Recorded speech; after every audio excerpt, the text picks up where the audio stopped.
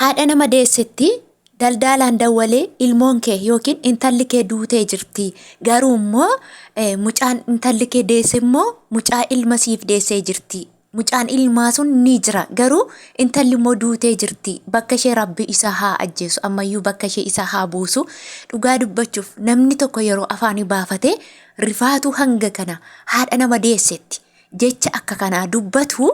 Namarraa dhalatee dubartiirraa dhalatee haati isaatu dubartiidha moo obboleettiin isaa firri isaa dubartiitu hin jiru moo akkamitti cikkaanee hanga kana gocha garaa jabina hanga kana dubartii irratti raawwata. Sanuu kan gurguratan irratti kan maallaqa fudhatan irratti deebisanii immoo haadha deesse irratti intalli kee akkas taate jedhanii yeroo dubbatanii dhugaa waaqayyooti. Baay'ee nama gaddisiisa jechuudha. Hangam namatti dhagahama. Silaa baay'ina malee hin qabnu nuti. Baay'ina qofa qabna otoo saba biraatii yoona mucayyoon kun sagalee ishee dhagahame addunyaa kana oosee ture jechuudha. Addunyaa kana oosee wanta akka kanaa ta'amee hin beeku jechuudha. Garuu nuyi immoo afaan malee oduu malee waan goonu waan hin qabneef namni Mubaarak bira dhaabbateetillee obboleetti kanaaf sagalee ta'uu dhibeeti hamma kanarra geesse jechuudha. Nagaan daganne nagaa waaqayyo isiniif haa ta'u hordoftootaa fi jaallatamtoota kabajamtoota maamiloota kiyyaa egaa jechuudha. Akkuma beekamu guyyaa torbaniin asitti waa'ee obboleettii keenya Arabatti gurguramtee maallaqa guddaa fudhachuudhaan Arabatti gurguranii erga isheen ulfa ji'a torbaa taateeti amma immoo deebisaniitiin nurraa fuudhaa galchaa jedhee akka isheen gara biyyaa galtuuf yaaliin ta'amee ture hin beektu argitaniitu poolisii waamamee eerpoortiirra akka deebifame akkasumallee obboleettii kana garaa keessa dhiituudhaan ijoolleen gaafa itti wacan hin galtu obboleettiin kun hin je'anii gaafa itti wacanii Arabni sun garaa ulfa keessa dhiite jechuudha. Dubartiin ulfi kabajaa qabdi jechuudha. Garaa keessa dhiituu miti dubartii tokko garaa ulfa keessa gadi dhiituu jechuun namni baay'een kan ittiin du'u baay'eetu jira jechuudha. Dhugaa dubbachuuf nama baay'eetu dubartiin gaafa garaa ulfa baattee jirtu garaa keessa dhiitan gadameessi ishee dafee feel ta'a jechuudha. Dubartiidha waan taateef garuu ulfa ji'a torbaatiin nama funduratti laayivii keessatti hanga kana gochuu jechuun tuffii hangam akka qabu.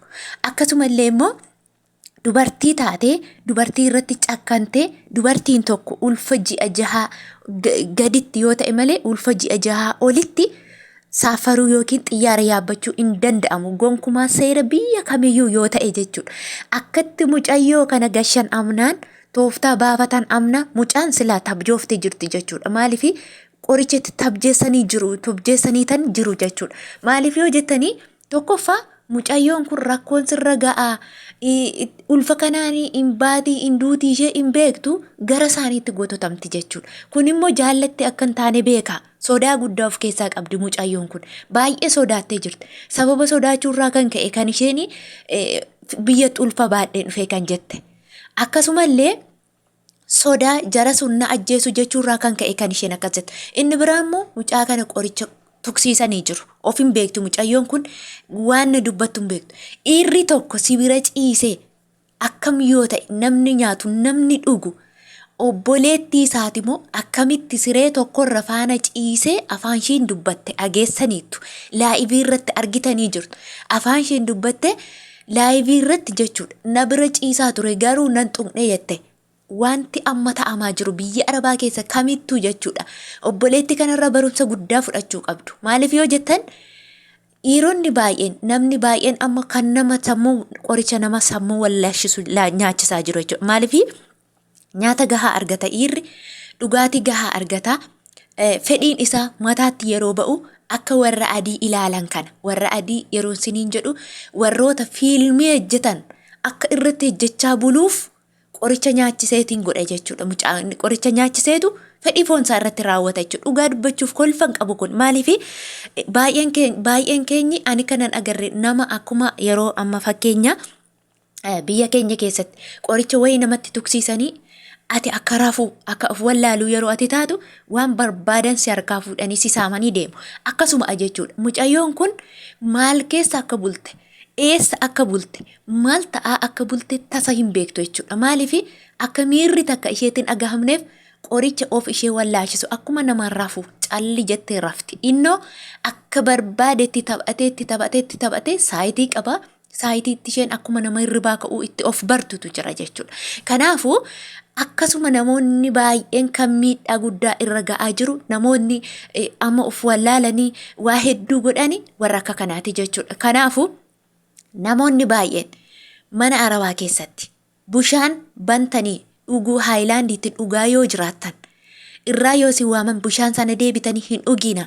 Nyaata nyaachaa jirtan yoo taatan nyaatarraa yoo isin waaman tole jettanii kaatanii hin beektu araba jala fiigne mitiire nyaata sana itti deebitanii gonkuma hin nyaatina. Nyaata jarri isinii kennan gonkuma ofii keessan bira dhaabbattanii maaliin akka hojjetame maalitti akka hojjetame akkamiin akka hojjetame kan hin agarre gonkuma hin nyaatina. Waaqayyo nu haa eegu malee. Kanaaf jecha mucayyoon kun maaltu akka ishee irratti raawwatame gonkumaa hin beektu jechuudha. Dhugaa haaluu dandeessi jechuun hin beektu waan taateef namni kun waan irra godheera jettee itti yaaddu jechuudha.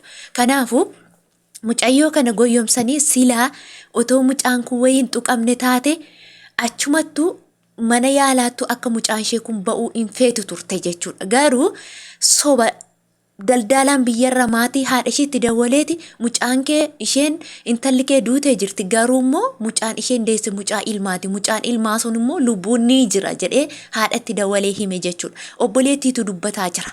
Dhugaa Waaqayyo obboleetti isheetu afaan isheerraa dubbataa jira jechuudha. Akka dooktarri jedhetti immoo arabni sun immoo akka obboleetti isheetti himaa jirutti immoo mucaa dubraati. Mucaan nagaa dhalattee jirti.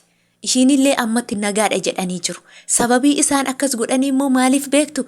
Akka mucayyoon kun deessu kan godhani tikkeettiin kutame kunoo deessee jirti nagaan deessee jirti waan ta'eef akka gara biyyaa galtuuf kan isaan mucaa kana irraa baasanii jechuudha. Siniifaa galu akkuma eengadda callisanii miliksanii gashan yoo isaan mana yaalaarraa baasanii mucayyoo kana jechuudha. Biyyan gashine mucaa wajjinii abeen har'amachooftetti jedha. Dhugaa Waaqaan siniin jedha. Eengadda seerri sinii deeggara sababiinsa ulfi xiyyaara yaabbachuu hin dandeessu waan ta'eef. Inni biraa immoo har'ammoo jechuudha. Yoo otoo namni tokko hin argin mana yaalaarraa baasanii biyyaan ishee buusu. Gaafa biyyaan buute diqaalaa baattee galti jechuudha.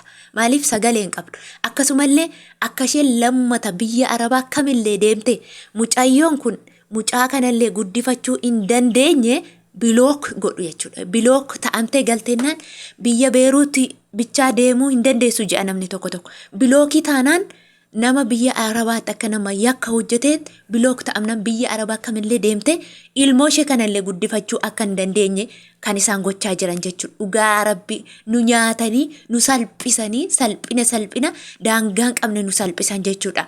Of eeggadha adaraa Waaqayyoo siniin jedha. Of eeggadha bakka hundumattuu otoo wanti kun nurran ga'iin otoo isin irran ga'iin of eeggannoo guddaa gochuu qabdu jechuudha. Keessumattuu ijoolleen mana akka kanaa hojjettan jechuudha. Of eeggannoo guddaa daldala maaliin akka deemtan bakka jirtan hunda lookeeshin godhadha. Gaafa rakkoon tokko isin irra jiru dafaa dursaa himadha. Akkasuma immoo halagaatti rarra'iina garoo eengadda kootu gara keenya kootu jedhanii yeroo waaman mucaan toleen jettu diddee jechuudha. Kanaafuu Waaqayyoon waa eegu obboleetti kana immoo dhugaadha. Erga deessee immoo Waaqayyo lubbuu ishees maatii isheetti mucaa isheellee erga maqaan isheetti dhahame erga miidiyaa kanarratti baate Waaqayyo mucittiillee nagaa godhu haadhallee ilmoollee nagaa godhee nu haa argisiisu uumasaa isiniin jedha. Garuu nuti kanarraa barachuu qabna jechuudha. Wanti akka maalitti akka biyyi arabaa maal akka nama gootu hundi keenya beekuu qabna barachuu qabna isiniin jedha. Obboleetti kana immoo lubbuun ishee akka nagaa ta'u Waaqayyoon ishee fi kadhadha. Akkasumallee sagalee walii ta'uu hin dhiisina gara seeraatti akka iyyaatan gara biyyatti illee daldalaan ishee ergellee isheen daldalaan akkas gochisiiste hundillee isiniin jedha. Turtii gaarii isinii haa ta'u obboleewwan.